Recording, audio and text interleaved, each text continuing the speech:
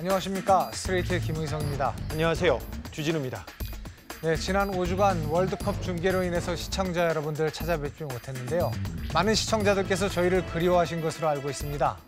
그런데 이 시청자 여러분들 못지않게 저희에게 관심을 많이 가져준 그런 언론들이 있었는데요. 네. 몇몇 언론들은 저희 안부가 특별히 궁금했던 모양입니다. 기사 좀 보셨죠? 네, 봤습니다. 이렇게 뜨거운 관심을 가져주실지 몰랐습니다. 꼭 오늘의 운세 기사를 보는 듯한 그런 기사도 있었습니다. 문화일보 기사였는데요. 5주 결방 낙곰수 쥐진우 MC 스트레이트의 운명은 제 운명을 왜 궁금해하는지 저도 궁금합니다. 제 운명은 어떻게 됩니까? 네. 내용을 살펴봤더니 낙곰수 멤버들의 지상파 시사 프로그램 도전기가 어떤 결말을 맺을지 관심이 쏠린다. 그냥 관심이 간다 이런 내용이었어요. 그게 끝이에요? 네. 참 별 내용이 없네요. 김 빠지는 결말입니다. 다음 날에는 한국일보에서 이렇게 썼습니다. 가벼운 꼼수 썼다가 끝내 물러선 지상파들이라는 제목의 기사에서 팟캐스트 진행자에서 공중파로 자리를 옮긴 MC, 아마 주진우 기자겠죠? 결방으로 잇따른 위기를 맞고 있다. 이런 기사가 나왔는데요. 어떻게 위기를 좀 맞고 계십니까? 아니, 위기가 아니라 월드컵 축구를 열심히 봤을 뿐입니다. 네. 아시아경제 기사입니다. 꼼수는 안 통해 팟캐스트 저널리즘 공중파에서 줄줄이 퇴출. 주진우의 스트레이트도? 저 이 기사는 제가 좀 마음에 안 들더군요. 사실 저도 MC인데 왜 주 기자 이름만 걸고 계속 이렇게 얘기를 하는 거죠? 아무튼 주진우의 스트레이트도 지난달부터 결방, 뒷말이 무성 이렇게 써 있는데요. 네, 다시 한번 말씀드립니다. 월드컵 때문이었습니다. 네, 이 기사 내용들만 보면 마치 저희 스트레이트를 걱정해 주는 것 같지만 좀 더 깊이 들여다보면 폐지를 바라는 것이 아닌가 하는 그런 마음들이 느껴집니다. 네, 그렇습니다. 네. 이 언론들의 공통점을 살펴봤더니요. 이런 기사들을 냈던 대부분의 언론들이 소위 삼성 장충기 문자와 관련된 언론인들이 아직까지 중요한 자리에 재직하고 있는 그런 언론들이더군요. 네, 스트레이트에서 크게 보도했었죠.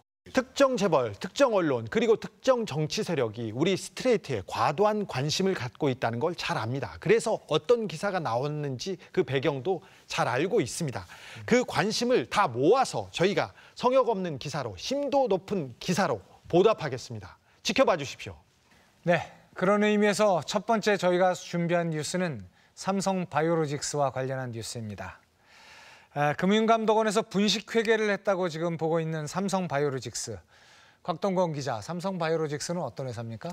네, 삼성그룹의 많은 계열사 중에 한 곳인데요. 바이오라는 이름에서 알 수 있듯이 생물공학을 이용해서 의약품, 그러니까 일종의 제약회사, 약품을 만든 회사라고 보시면 됩니다. 그런데 이 회사의 최대 주주는 구제일모직이었고요. 구제일모직의 가장 큰 최대 주주는 이재용 부회장이었죠. 삼성 바이오로직스가 지금 가장 핫한 경제 기사로 떠오르고 있는데요. 사실 이 회사에서 이렇다 할 실적이 나온 적이 없습니다. 지금도 마찬가지고요. 그런데 2015년 딱 한 번 천문학적인 흑자를 기록합니다. 바로 1조 9천억 원이나 되는 흑자가 2015년에 기록됐습니다. 그 2015년 의미 있는 해인가요? 네, 기억하실지 모르겠지만 2015년에는 제일모직과 삼성물산의 합병이 이뤄진 바로 그 해입니다. 금감원은 삼성바이오로직스가 회계 장부를 만져서 회사 가치를 부풀렸다. 그러니까 장부에 분칠을 했다. 분식회계라고 보고 있는 거죠. 삼성에서는 실수가 있었을 뿐 사실 적법한 회계 처리였다. 이렇게 맞서고 있는 상태고요. 네, 그렇습니다. 그래서 금감원은 금융계의 법원이라고 할 수 있는 금융위 산하 증권선물위원회에 이 판단을 요청했습니다. 그런데 증선위는 이번 사안과 관련해서 전례가 없는 일들을 계속 보여주고 있습니다. 지난달 7일 삼성바이오로직스 분식회계 의혹에 최종 판단을 내린 증권선물위원회의 첫 회의가 열렸습니다. 그런데 김용범 증선위원장의 모두 발언이 눈길을 끌었습니다. 이해관계자 모두가 납득할 수 있는 균형된 결론을 내릴 수 있도록 몇 가지 회의 운영 원칙을 밝혀주고자 합니다. 증선위는 분식회계 여부와 검찰 고발, 행정처분까지 판단하는 일종의 재판과도 같습니다. 김용범 증선위원장은 재판장격입니다.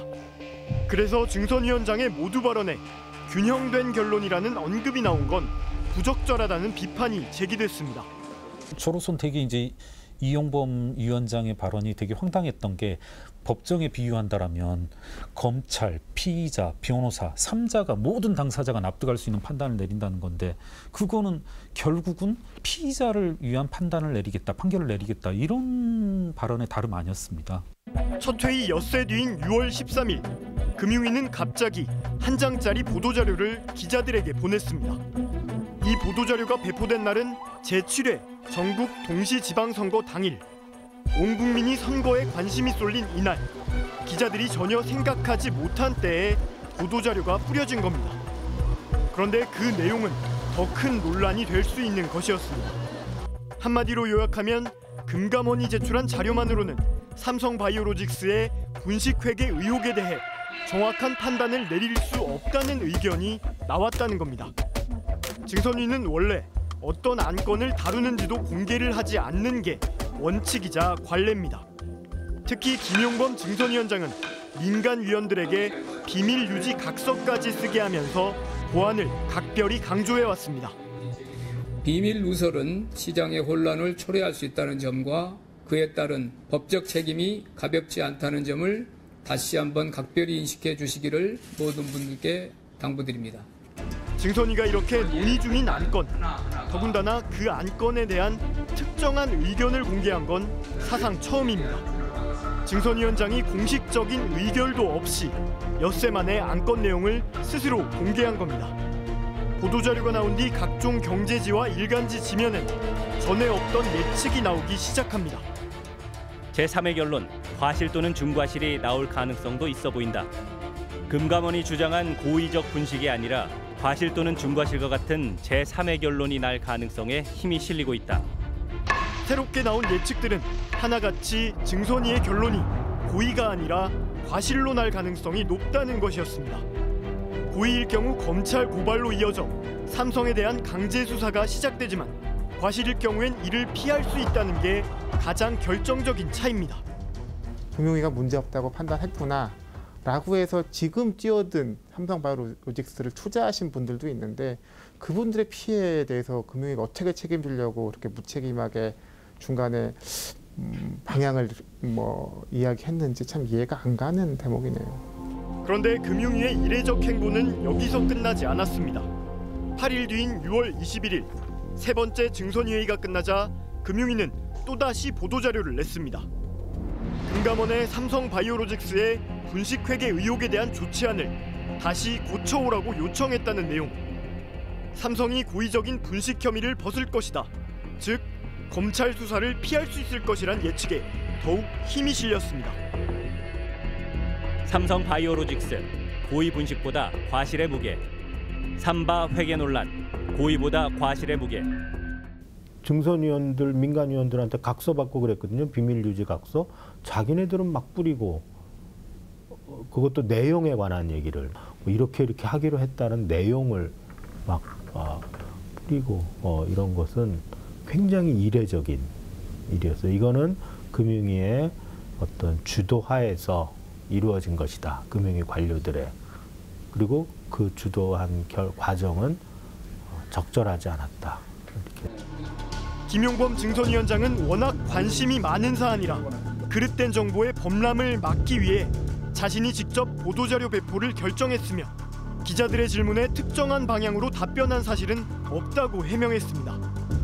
전례가 없던 두 차례의 보도자료, 그리고 금감원이 만든 조치안에 대한 이례적인 수정 요청. 왜 그런 식으로 자꾸 이제 가장 전형적인 절차로 갔었어야 할 사건을 자꾸 이상한 선례를 만들어 버리느냐는 거죠. 근데 이제 증선위의 행위는 행정소송에서 오히려 직위로 작정하고 증선위의 결정에 자꾸 흠집을 만드는 게 아닌가, 오히려. 이후 역사상 최장인 5차례의 회의를 거친 증선위는 또다시 사상 초유의 결론을 내놓습니다. 삼성바이오로직스의 2015년 분식회계 의혹에 대한 판단 유보, 역시 전례가 없는 결정입니다. 불리한 공시를 고의로 빠뜨렸다는 이유로 삼성바이오로직스를 검찰에 고발하기로 결정하긴 했지만 애초 문제가 된 핵심 사안에 대해선 아직 판단할 수 없다고 발표한 겁니다. 삼성은 이 결과에 너무나 만족할 거고 가장 가벼운 사안에 대해서만 이제 조치가 내려졌으니까 만족할 거고 금융감독원 그리고 심지어 참여연대 너희들은 고의라는 단어에 만족해라. 모두가 납득할 만한 그런 결론을 얻었다. 이런 이제 느낌을 받았었습니다. 네, 이 증선위의 반응 이례적이라기보다는 심지어 비상식적이라는 생각도 드는데요. 금융위에서 네. 이런 사안이 발생했을 때 이런 판단을 내린 적이 없지 않습니까? 그러니까 지금까지와는 전혀 다른 행동, 전례를 다 깨버린 건데 하필 그 대상이 마침 삼성이네요. 하필 삼성한테는 전례 없는 이례적인 비상식적인 이런 수식어가 따라다닙니다. 네, 그런 의심, 의혹이 나올 수밖에 없는 상황입니다. 다만 현재로서는 정말 어떤 의도를 가지고 이런 행동들을 했느냐, 이건 아직까지는 판단할 수 없겠죠. 그래서 우리가 이 문제를 좀 더 지켜봐야 하는 거고요. 다만 시청자들이 유심히 지켜봐야 할 인물이 한 명 있습니다. 바로 김학수 증선위 상임위원입니다. 증선위는 금융위 핵심 관료 2명과 민간위원 3명으로 이루어집니다. 민간위원 3명은 관련 분야의 전문가인 대학 교수들, 금융위의 핵심 요직을 맡고 있는 김용범 증선위원장과 김학수 증선위 상임위원이 관료 몫으로 위원회에 들어가 있습니다. 여기서 주목해야 할 인물이 김학수 증선위 상임위원입니다. 시민단체와 언론 등에서는 김학수 증선위원이 이번 사안의 이해관계자 중 한 명이라며 의결 과정에서 빠져야 한다는 주장이 나왔습니다.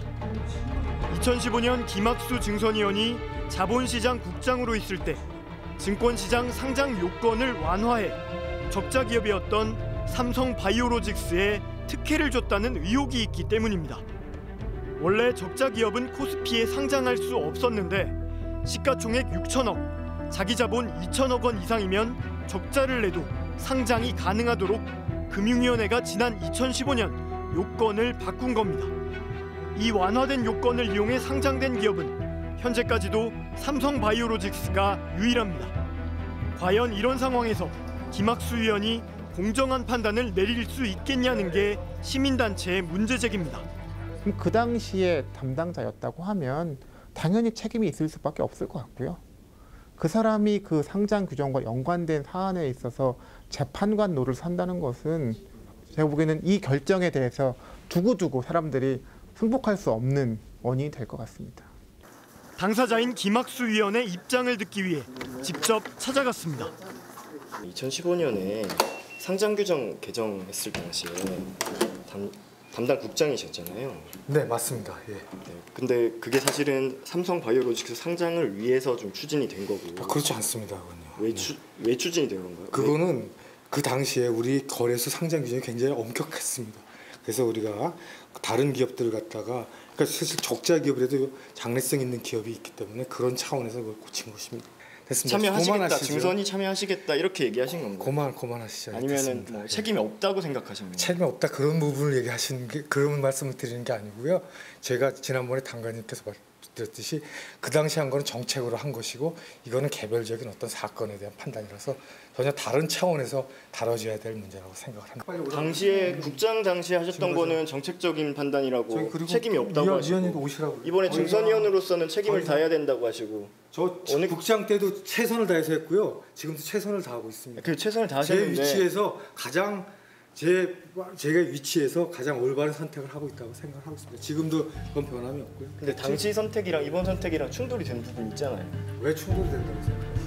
더 이상 얘기 안 하겠습니다. 왜냐하면 이거 구체적인 건에 들어가면 제가 말씀을 드리면 안 됩니다. 그래서 저는 말을 안 하겠습니다. 그래서 제가 뭐 증선이 논의 내용에 대해서 여쭤보는 게 아니잖아요. 위원님 그래가지고 합리적인 의심이 제기되는데 거기에 대해서 책임 있게 해명하실 의무도 있으신 거잖아요. 전 충분히 말씀드렸습니다. 그 국민들이 충분하지 않다고 생각하면 추가적인 해명이 필요하신 거 아닙니까?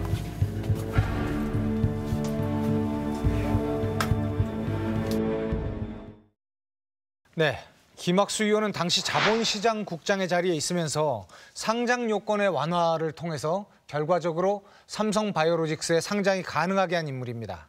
그런데 이런 인물이 삼성바이오로직스의 분식회계 여부를 다루는 직책을 끝까지 지키겠다고 하는 거 이거 문제 아닙니까? 특혜 상장의 길을 열어준 사람이 그 회사의 처분을 결정하는 자리를 지키고 있다. 의심이 갑니다. 거기다가 증선위원장이 그렇게 보안을 강조하더니 회의 내용을 공개하고 나섰습니다. 네, 금융위원회가 삼성 앞에만 가면 작아진다. 이런 의혹은 어제 오늘의 일이 아닙니다. 최근까지 크게 문제가 됐던 삼성 이건희 회장의 차명 계좌 문제, 여기를 대하는 그런 금융위원회의 태도도 매우 석연찮았던 게 사실입니다. 지난 2007년 10월 삼성의 법무팀장이었던 김용철 변호사의 양심 선언을 계기로 실시된 삼성 비자금 관련 특검. 전략기획실이 삼성 임원들의 이름으로 관리하는 자금이 대부분 이건희의 차명 자금이고 그 전체 규모는 4조 5천억 원 정도에 이르는 것을 밝혀냈습니다.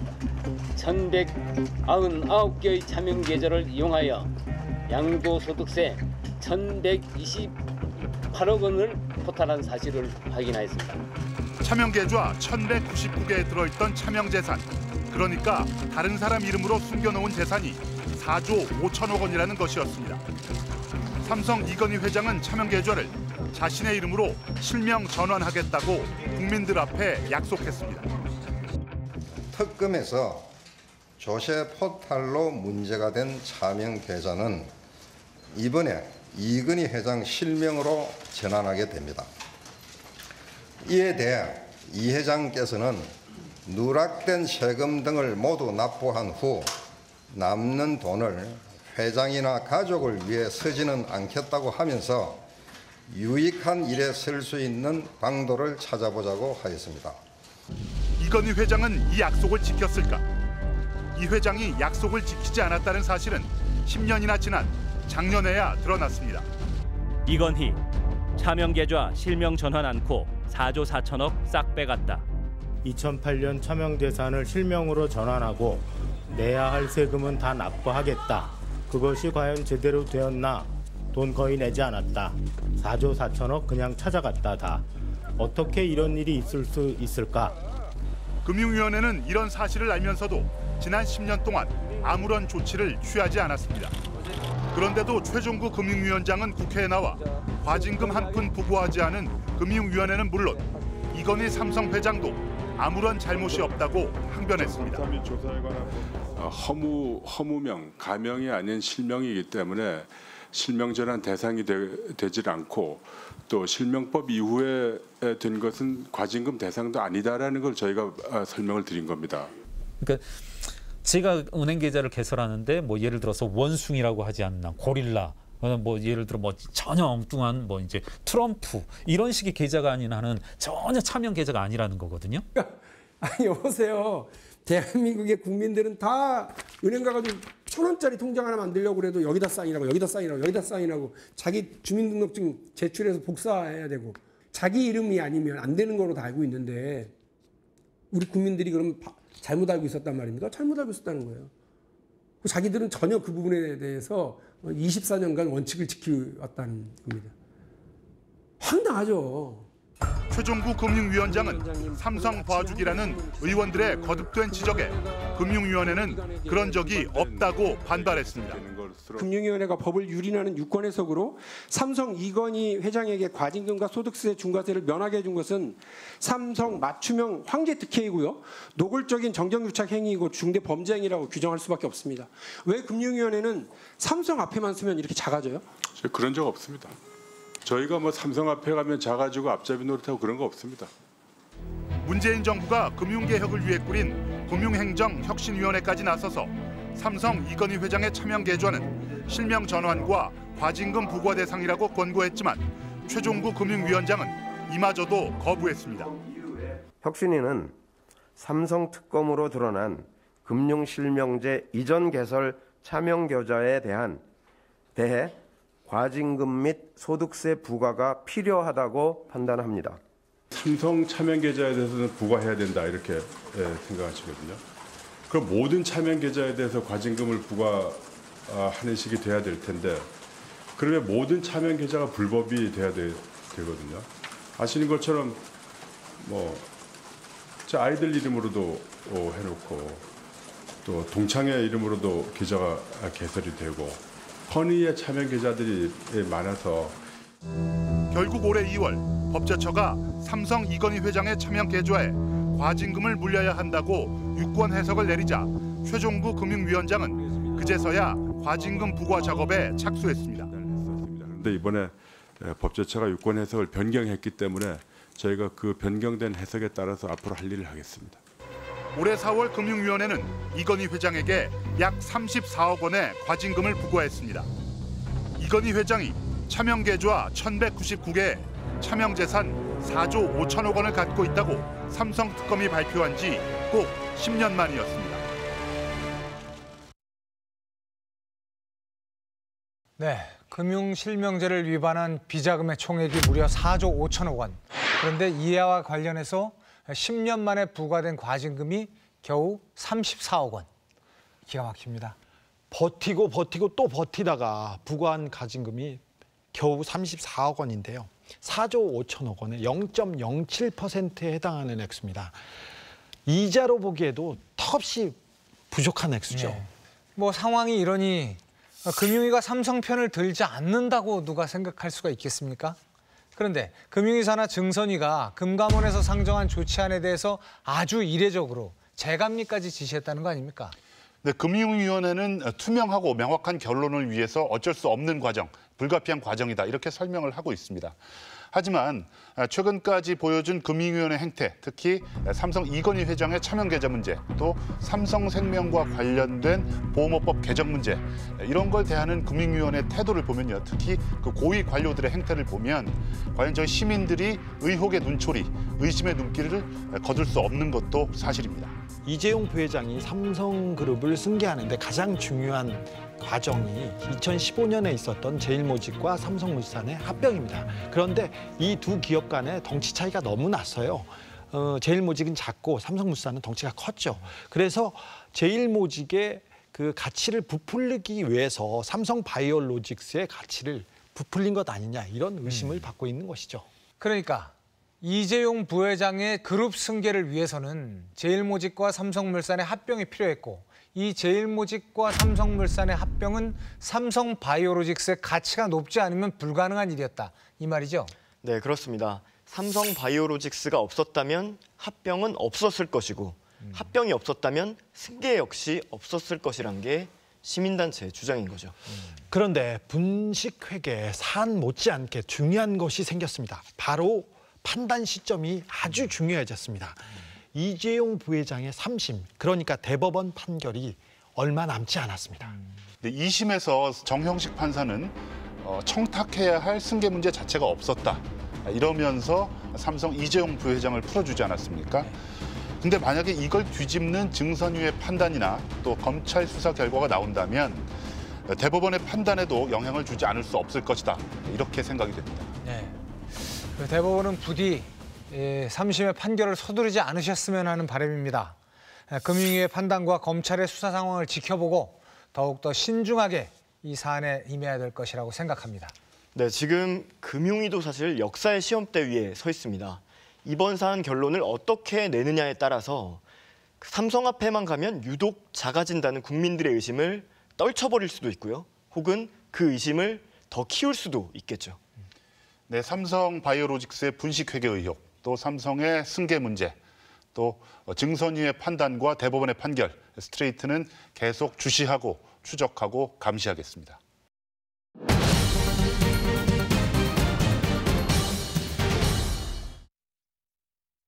네, 이번에는 삼성에 이어 재계서열 6위, 연매출 60조의 초거대 기업 포스코입니다. 주진우 기자는 포스코 하면 뭐가 떠오릅니까? 저는 물론 이명박 전 대통령이 떠오릅니다. 이명박 정부 들어 포스코 회장 선임에 이상득 전 의원이 개입했다는 것은 뭐 기정사실과도 같았고요. 이명박 대통령 주변 사람들이 포스코에 몰려들어가서 각종 비리 의혹을 쏟아냈습니다. 박근혜 정부 들어서는 최순실 씨의 놀이터로 전락했었는데요. 최순실 씨 가장 가까운 사람이 회장에 선임됐고요. 그리고 그 관련 회사를 최순실 씨 주변에서 뺏어가려는 그런 의혹이 발견되기도 했었습니다. 예. 한때 국민기업으로 신뢰를 받았던 포스코. 이명박 박근혜 정권을 거치면서 정권의 호주머니로 변질됐다는 그런 지적이 끊이지를 않았죠. 포스코는 국가의 골격을 뼈대를 만드는 그런 중요한 국민기업과도 같았습니다. 그런데 이명박 박근혜 정권을 거치면서 포스코는 비선실세의 놀이터가 됐고요. 거대한 부정부패의 용광로가 되어버렸습니다. 네. 그럼 포스코가 신임 회장 선임을 코앞에 두고 있습니다. 여러 가지 문제가 있다고 들었습니다. 포스코 문제를 집중 취재한 에이스 고은상 기자, 그리고 늘 든든한 권희진 기자 나와 있습니다. 고 기자 오랜만입니다. 네, 저도 월드컵 좀 보고 왔습니다. 에이스라고 말해도 거부감을 전혀 보이지 않습니다. 예, 에이스라는 건 스스로 이 원고 쓴 부분에 자기가 직접 썼더군요. 네. 오해십니다. 에이스의 부담감을 떨쳐야 되는데. 포스코 문제와 차기 회장 후보를 취재하는데 왜 강원도를 다녀왔습니까? 네, 강원도 강릉시 옥계면에는 포스코가 세운 마그네슘 재련 공장이 있습니다. 청정 지역을 자랑하던 옥계면에서 지난 2013년 페놀 유출이라는 환경오염 참사가 발생했습니다. 여전히 피해 복구가 끝나지 않았는데요. 이 끔찍한 사고에서 포스코의 민낯과 최정우 차기 회장 후보의 흔적을 발견했습니다. 강원도 강릉시 옥계해변. 해변 왼쪽 주수천은 가을이면 연어때가 돌아오는 곳이었습니다. 그런데 지난 2012년 6월 인근의 거대한 포스코 마그네슘 재련 공장이 가동에 들어갔습니다. 이때부터 주민들은 공장이 뿜어내는 악취에 시달리기 시작했습니다. 무슨 소독내가 그냥 막 얼마나 나는지 나갈 수가 없나 코지고 내가 그래서 냄새 옛날에 왜 어른들이 누가 돌아가시고 왜 이 소독치는 그래서 내가 누가 죽었나 이랬어. 그러던 2013년 6월 마그네슘 공장 바로 옆 공사장에서 시뻘건 물이 솟구쳐 나왔습니다. 실명을 유발할 수 있고 체내 발암물질로 변할 수 있는 맹독성 물질 페놀이었습니다. 옥계의 맑은 바닥까지 시뻘겋게 물들었습니다. 바다가 이 정도로 뻘걸 정도면은 먹물을 가서 풀어봐라. 어느 정도가 되는지. 몇천 톤이 이게 흘렀기 때문에 이 지경이지. 이 페놀은 포스코 마그네슘 공장에서 흘러나왔지만 당시 포스코는 이 사실조차 모르다가 신고가 들어온 뒤에야 뒤늦게 사태 파악에 나섰습니다. 공장 내부에서는 지하수 기준으로 페놀은 최고 31만 배, 석유계 물질은 약 1000배 농도가 검출됐습니다. 인체에 들어가면 생명이 위태로운 수준. 게다가 1급 발암물질인 벤젠 등도 섞여 있었습니다. 포스코가 밝힌 오염수 유출량만 15톤. 주변 농토, 강, 바다가 모두 오염됐습니다. 인근 주민들에게서는 페놀 중독 증상이 나타났습니다. 속이 울렁거리고 피병도 나고 피부 빠져가고 다 생기지 그리고 발톱도 분홍색이 되더라고. 분홍색. 제일 처음에 심해서 이 다리 이만큼 저 다리 저려가지고 걷지 못했어요. 다리 저려가지고. 이 주민은 최근 병원에서 만성 페놀 중독 진단을 받았습니다.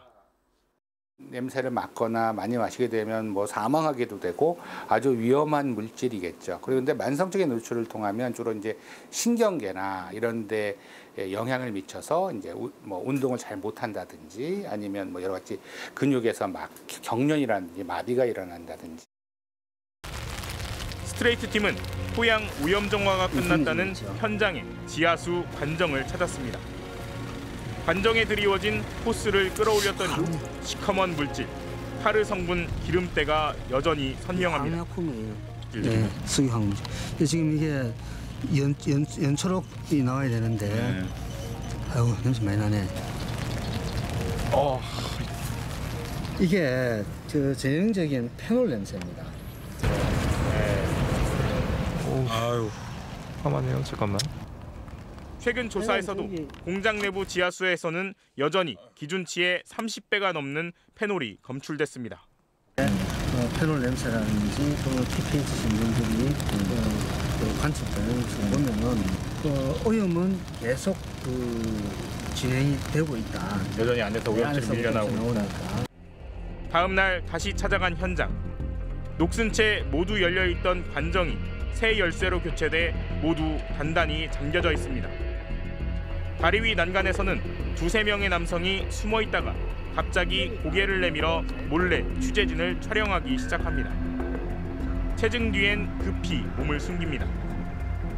파란색 트럭 한 대는 끊임없이 취재진을 맴돌고 취재진을 향해 휴대폰을 들고 있던 남성도 황급히 사라집니다. 이들은 포스코의 협력업체 직원들. 그러니까 시건 장치가 어제 제가 월요일 왔을 때는 안 돼 있었는데 어제 다 돼 있어요. 딱 맞았나 봐요. 타이밍이 이렇게 우연의 일치로 맞는 거예요. 알 수도 있어요. 지역수 정화는 계속 하고 있었어요. 그것까지는 제가 모르겠어요. 포스코에 걸려야 돼요. 포스코는 왜 취재진을 감시하고 체증해야만 했을까? 스트레이트 팀이 입수한 포스코의 내부 자료입니다. 2012년 말 작성된 마그네슘 공장 백서. 공장 시험 가동 당시부터 폭발과 심각한 오염 사고가 우려됐다고 지적하고 있습니다. 중국 엔지니어링의 의존, 80년대 이전의 저급 기술 도입으로 설비가 불안정하다는 것. 낙후된 중국 설비를 도입한 이 공장은 가동해선 안 되는 시설이라고 전문가들은 판단했습니다. 예, 중국에서 다 도입되어 왔어요. 설비 자체가 환원로의 버너 시스템이라든지 이런 것들이 기존의 중국보다도 못한 그 설비들이 공급됐다는 거죠. 이 때문에 공장을 돌리면 한 해 오히려 260억 원 영업 손실이 예상된다는 사실이 보고됐습니다. 결국 감사가 시작됐습니다. 그 어떤 부분에 대한 감사를 전체를 다를 한 건가요? 설비적인 문제도 어떤 문제가 있는지 전체적으로 본 것 같아요. 이런 환경 안전 이런 문제까지 다 같이 보나요? 다 봐야죠. 보는 걸로 알고 있습니다. 2013년 2월부터 대대적인 감사가 진행됐지만 감사가 끝난 뒤에도 공장은 그대로 가동됐습니다. 그리고 2달 뒤 페놀 오염수 유출 사고가 터졌습니다. 당시 감사의 총책임자는 최정우 감사실장, 포스코 차기 회장으로 내정된 인물입니다. 이 감사는 중단을 해야 되느냐 안 해야 되는 감사는 이 목적이 아니었고 투자 기준이 있고 그 기준에 잘 맞았는지를 대조하는 그런 그 감사가 기본이라고 보시면 될 것 같습니다. 포스코는 마그네슘 재련 공장 건립에 1,100억 원을 썼고 오염 정화 비용으로 960억 원을 더 투입했습니다. 모두 2천억 원이 넘는 돈이 들었지만 포스코는 사업 자체를 접었습니다. 포스코가 벌인 이상한 투자는 이뿐만이 아닙니다. 이명박 정부 때 투자한 합성 천연가스 공장. 2011년 6월에 착공을 시작해 지금까지 1조 3,500억 원이 들어갔습니다. 2015년 말부터 시운전을 시작했지만 3년째 시운전만 하면서 돈은 한 푼도 벌지 못했습니다. 지난 2010년 5월에 최종 인수된 성진 지오텍. 인수 당시 부채 비율 1,600%, 외부 감사로부터 살아남기 어렵다는 판정을 받은 회사. 포스코는 이런 회사에 인수 비용까지 모두 6천억 원을 쏟아부었지만 이 회사는 오히려 8천억 원의 누적 손실만 기록하다 워크아웃 상태에 빠졌습니다. 이런 의문의 투자가 이뤄지고 의혹들이 불거질 때 포스코의 감사 총책임자는 바로 최정우 감사실장이었습니다. 특히 포스코의 암흑기로 평가받는 정준양 회장 시절 포스코의 부채는 20조 원이 늘었고 영업이익률은 17%에서 5%로 급락했습니다. 최정우 회장 내정자는 정준양 회장 임기 5년 중 4년 동안 포스코의 감사실장이었습니다.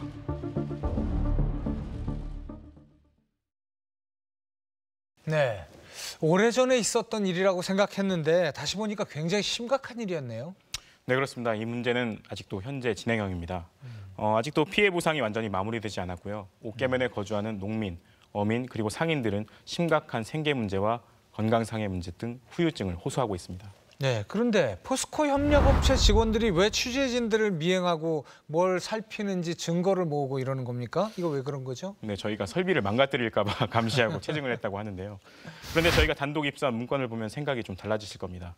지난 2014년 7월에 작성된 포스코 내부 문서에는 페놀 사고를 취재하는 언론과 비판적인 시민단체에 대한 대응법이 적혀 있었습니다. 언론의 경우는 지역 광고 등으로 프로젝트 조직에서 자체 대응을 하고 있고요. 아, 이거 뭐 언론을 돈으로 매수하겠다는 얘기입니까? 그런 느낌이 있습니다. 지역 야당 정치인 외부 NGO 단체의 개입이 포착됐다면서 구축된 채널로 NGO의 움직임을 모니터링하겠다고 써 있습니다. 국정원입니까? 기무사입니까? 아니, 그런데 포스코가 이렇게 애쓰면서까지 무리한 대응을 하는 이유가 뭡니까? 네. 앞에서 보신 옥계면 페놀 유출 사건에는 포스코의 전 현직 회장 그리고 차기 회장 내정자와 같은 포스코의 주요 인물들이 모두 관련돼 있기 때문이 아닌가 이렇게 생각할 수가 있는 거죠. 특별히 최정우 신임 포스코 회장 내정자는 이명박 박근혜 정부 때 감사실장 그리고 재무책임자를 지냈습니다. 그러니까 포스코의 금고지기가 새로 회장 자리에 올랐다 이렇게 볼 수 있습니다. 최정우 내정자는 최순실 씨의 국정농단과 관련해서 검찰 조사를 받은 적도 있는데요. 스테이트 팀은 최순실 씨가 최정우 내정자에 대해서 상당한 관심을 갖고 있었다라는 증언을 확보했습니다. 2015년 6월쯤 청와대 안종범 경제수석이 포스코 권오준 회장에게 광고업계 출신 A씨의 특별 채용을 부탁했습니다. 최순실 씨의 뜻이었다고 합니다. 안종범 수석의 부탁을 받은 포스코 권오준 회장은 직접 A씨를 만나보기로 했습니다. 권오준 회장이 직접 연락해서 만나 의논하겠다고 합니다. 네, 회장님이 저를 직접 만나보시겠다는 거죠? 예. A씨를 직접 만난 권 회장은 곧바로 이를 안종범 수석에게 보고했습니다. 지금 막 사장 만났습니다. 채용 관련 후속 절차를 진행토록 하겠습니다. 항상 건강하시길. 권오준. 포스코 그룹의 권오준 회장은 왜 A씨를 직접 만나면서까지 채용 과정에 손수 개입했던 것일까? 이분들이 계속 관심을 갖고 질문하는 건 제가 힘이 있느냐, 캠프에서 일했냐 등등입니다. 그래서 아는 분들이 계셔서 도움을 받을 수 있을 거라고만 얘기했습니다. 이상 자세한 건 또 말씀드리겠습니다. 최순실 씨가 추천한 A씨를 만난 권오준 회장이 그를 통해 정권으로부터 어떤 도움을 받을 수 있을지를 저울질했다는 것입니다. 부사장은 아침에 말씀드린 대로 공모 절차를 거치는 것으로 하고 조속히 처리하겠습니다. 항상 건강하시길. 권오준. A씨는 결국 고위직인 전무급으로 포스코에 입사했습니다. 권오준 회장과 안종범 수석은 평소에도 긴밀히 연락을 주고받았습니다. 권 회장은 특히 포스코 임원들의 인사 문제를 평소 안종범 수석에게 자세히 보고하곤 했습니다. 포스코 임원 중 3년 이상 장기 보임자는 이번에 대부분 바꾸었는데 아래 4명에 아직 남아 있습니다. 3번 연임하는 임원 정 및 김 후임 및 이 이동에 따른 후속 인사안은 오늘 전해드리겠습니다. 인사 문제만이 아니었습니다. 권 회장은 포스코 내부의 주요 사안들을 수시로 청와대 안종범 수석에게 보고했습니다. 포스코 회장이 왜 안 수석에게 포스코의 내부 사정을 속속들이 보고했을까? 특검 관계자는 포스코 회장 선임 절차가 시작되기도 전에 김기춘 청와대 비서실장이 권오준 씨를 회장으로 임명한다고 지시했다는 진술을 수사 과정에서 확보했다고 말했습니다. 그 현안들을 해결하기 위해서 뭐 정부를 상대로 해서 일정한 방식의 로비들이 이루어졌다라고 보여집니다. 그 명목상 명목여하를 불구하고. 근데 포스코 같은 경우는 그게 아니에요. 내가 회장이 되기 위한 로비였어요. 그리고 내가 회장이 되는 걸 전제로 해서 그 이후에 그 이권들을 나눠 갖는 거죠. 그런데 여기에서 최순실 씨가 등장합니다. 최순실 씨는 자신이 임명하다시피 한 포스코의 임원 B씨에게 포스코 주요 인사들에 대해 알아오라는 지시를 수시로 내렸다고 합니다. 대부분 다 인사 관련된 문제를 저한테 물어보셨고요. 그 사람이 어떤 사람이냐? 2015년 7월 16일 포스코에선 이례적으로 임원급에 대한 대규모 비정기 인사 조치가 있었습니다. 대규모 인사 직전인 6월 말에서 7월 초 강남구 청담 사거리 부근 주상복합 아파트 뒤에 주차된 검은색 카니발 승용차 안. 최순실 씨가 최정우 씨에 대해 알아보라고 B씨에게 지시했습니다. 차종은 최순실 조카차 검은색 카니발, 항상 뒷자리 타십니다. 타자마자 하시는 말씀이 아이고 힘들어. 앉아가지고 말씀을 시작하십니다. 최정우에 대해서 알아봐. 언제까지요? 빨리. 진짜로 말을 길게 하지 않습니다. 정말 그분은 너무 짧게. 최정우 알아봐. 어떤 사람인지. 끝이에요. B씨는 당시 최정우 내정자의 평판이 나쁘지 않다고 보고했고 최 내정자는 이후 공교롭게도 계열사 부사장에서 포스코 그룹 전체 조직을 관할하는 실세, 가치경영실장으로 영전했습니다. 제가 이렇게 최순실 씨에게 보고를 드리면 그 다음에 권오준 회장 액션이 나오는 그런 상황들을 보면 분명히 최순실에서 저 위로 올라갔다가 위에서 안수석으로 내려와서 권오준 회장에게 내려온 것 아닌가. 민간 기업에 대해서 외부에서 평판 요청을 평판 조회 요청을 했다든지 그런 사실에 대해서는 전혀 몰랐고요. 그게 사실이 아닐 거라고 지금도 생각합니다. 그러던 2015년 10월 25일 일요일 한강에서 자전거를 타던 당시 최정우 실장은 전경련 박찬호 전무의 전화를 받았습니다. 미르 재단을 급히 만들어야 하니 30억 원의 기금을 출연해주면 좋겠다는 것이었습니다. 최 실장은 바로 다음 날인 26일 월요일 하루 안에 이를 결정해야 한다고 권오준 회장에게 보고했고 이사회의 추인도 받지 않고 기금 출연을 신속하게 결정했습니다. 이와 관련해 최 실장은 전경련의 별다른 설명은 없었지만 당시 청와대의 지시일 것이라고 판단해 신속하게 기금 출연을 추진했다고 법정에서 진술했습니다. 미르 재단에 대한 기금 출연 결정 얼마 뒤 이번엔 청와대 안종범 수석이 최순실 씨의 뜻에 따라 포스코에 특채된 A씨에게 최정우는 어떤 사람인지 알아보라고 요구했습니다. 그럼 안종범 수석이 최정우 지금 차기 회장 후보에 대해서도 물어본 적이 있나요, 실제로? 연말쯤에 이제 사내에서는 그 사람에 대해서 어떻게 보냐, 네. 이런 식으로 이제 좀 물어보더라고요. 2015년 12월쯤이죠. 물어볼 때 벌써 조금 이상하긴 했죠.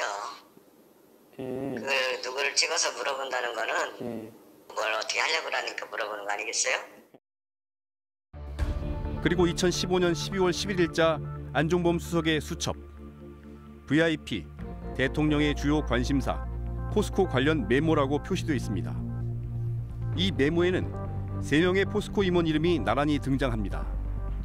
황은현, 최정우, 안동일, 그리고 2달 뒤 이 3명 가운데 최정우 실장이 사내 이사로 발탁됩니다. 포스코의 중요한 결정을 내리는 사내 이사회 5명의 일원이 된 것입니다. 이후 최정우 실장의 가치 경영실은 그룹의 재무 기능까지 흡수했고 최 실장은 포스코의 조직과 재무를 책임지는 막대한 권한을 가진 실질적인 2인자로 성장했습니다. 미르 재단에 기금을 출연하는 데가 저희 회사만 있었던 것도 아니고 많은 회사들이 있었는데 그 많은 회사들이 다 사내 이사 담당자들이 사내 이사로 승진했나요? 그렇진 않을 거라고 생각되고요.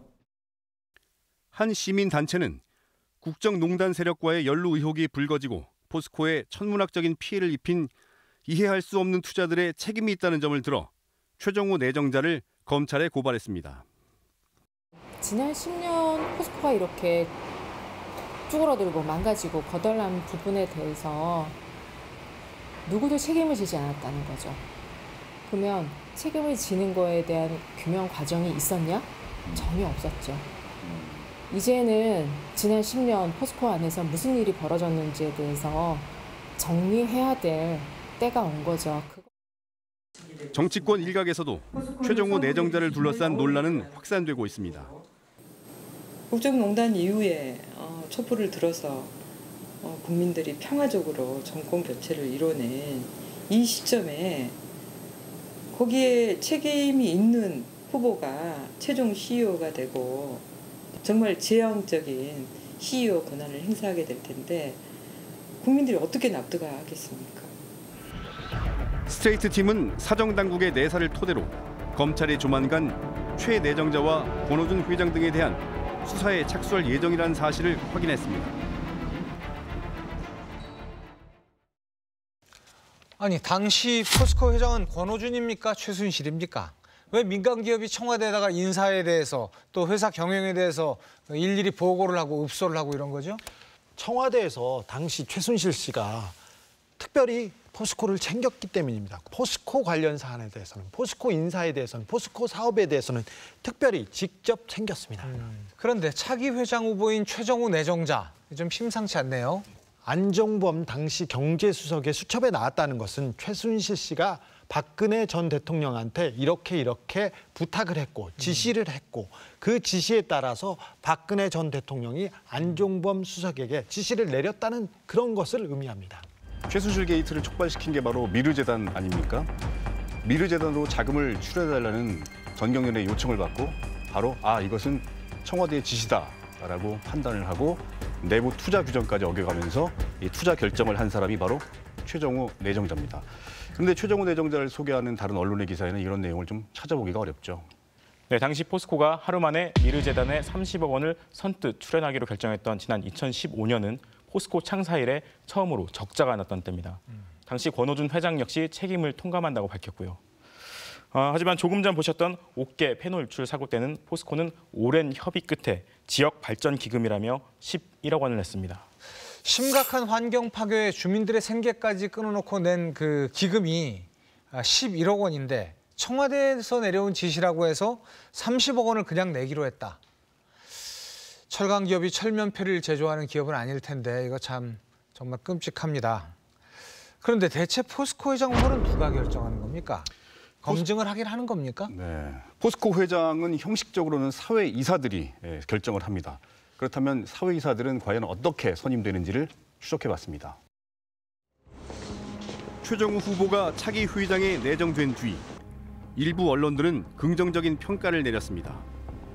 비주류의 깜짝 발탁, 사회이사의 반란 등 사회이사들이 소신에 따라 회장을 선출했다는 듯 보도했습니다. 과연 그럴까? 사회이사들은 회장 후보군 5명을 추린 뒤 다시 1명으로 압축합니다. 절차적으로만 보면 사회이사들이 공정하게 회장을 결정하는 구조입니다. 스테이트 팀은 이런 사회이사들이 어떻게 결정되는지 추적했습니다.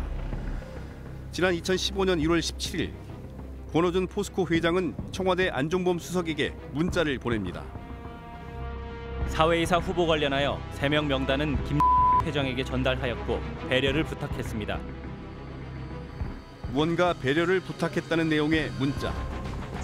이어 2월 17일 권호준 회장은 이번엔 사회이사 후보 명단을 안종범 수석에게 문자로 알려줍니다. 사회이사 3배수 후보 명단입니다. 금융계 신유, 박윤희, 학계 등 민, 김, 이 산업계 김, 신, 현 사회이사. 그런데 권호준 회장이 보고한 3배수 후보들 가운데 3명이 실제로 한 달 뒤 사회이사로 선임됐습니다. 이들이 선임되는 과정에 당시 청와대와 권호준 회장의 교감이 있었을 것으로 의심되는 대목입니다. 최순실 씨가 사회이사에 대해 알아와 그래가지고 제가 문건으로 정리해드린 적이 있어요. 학력이 어떻게 되고 재임 기간이 어떻게 되고. 이렇게 선임된 사회이사 박모 씨와 김모 씨는 특히 이번 최정우 회장을 선출하는 데 참여했습니다. 박근혜 정부 시절 권호준 회장이 청와대와의 교감을 거쳐 선임한 사회이사들이 포스코의 차기 회장을 내정한 것입니다. 사회이사들은 극비리의 후보들을 추렸고 7명의 사회이사들은 최종 면접이 끝난 6월 22일에야 최종 후보 5명을 공개했습니다. 최정우 후보에게 밀린 4명의 후보는 어떤 사람들일까? A 후보는 권호준 회장과 포스코 경영의 틀을 함께 짰던 권 회장의 측근인데 1조 3천억 원 이상을 삼킨 SNG, 합성 천연가스 사업을 추진했습니다. B 후보는 권호준 회장의 복심으로 꼽히며 차기 회장 육성 프로그램으로 여겨지는 핵심 요직인 철강 부문장을 거쳤습니다. 5명 가운데 3명이 권 회장의 최측근인 셈입니다. 셀프 선임 그들만의 리그지. 그러니까 좌우간 사회이사가 뽑는다는 건 어불성설이지.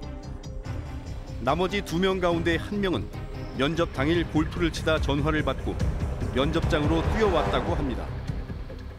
면접 일자를 이제 착각한 것 같다는 얘기도 있고 그건 뭐 여러 가지 설이 있어요. 어떤 사람은 뭐 그렇게 촉박하게 알려주는 게 어디 있냐 그런 사람도 있고. 그리고 한국과 멕시코의 월드컵 경기와 김종필 전 의원의 별세에 여론의 관심이 쏠린 최종 면접 다음 날인 6월 23일 토요일 곧바로 최정우 후보를 차기 회장으로 내정합니다.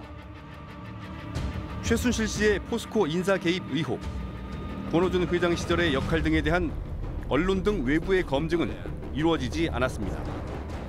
그 최정우 회장 후보가 그 안종범 수첩에 지난 2015년 12월달에 이름이 올라왔다는 건 혹시 들어보셨나요?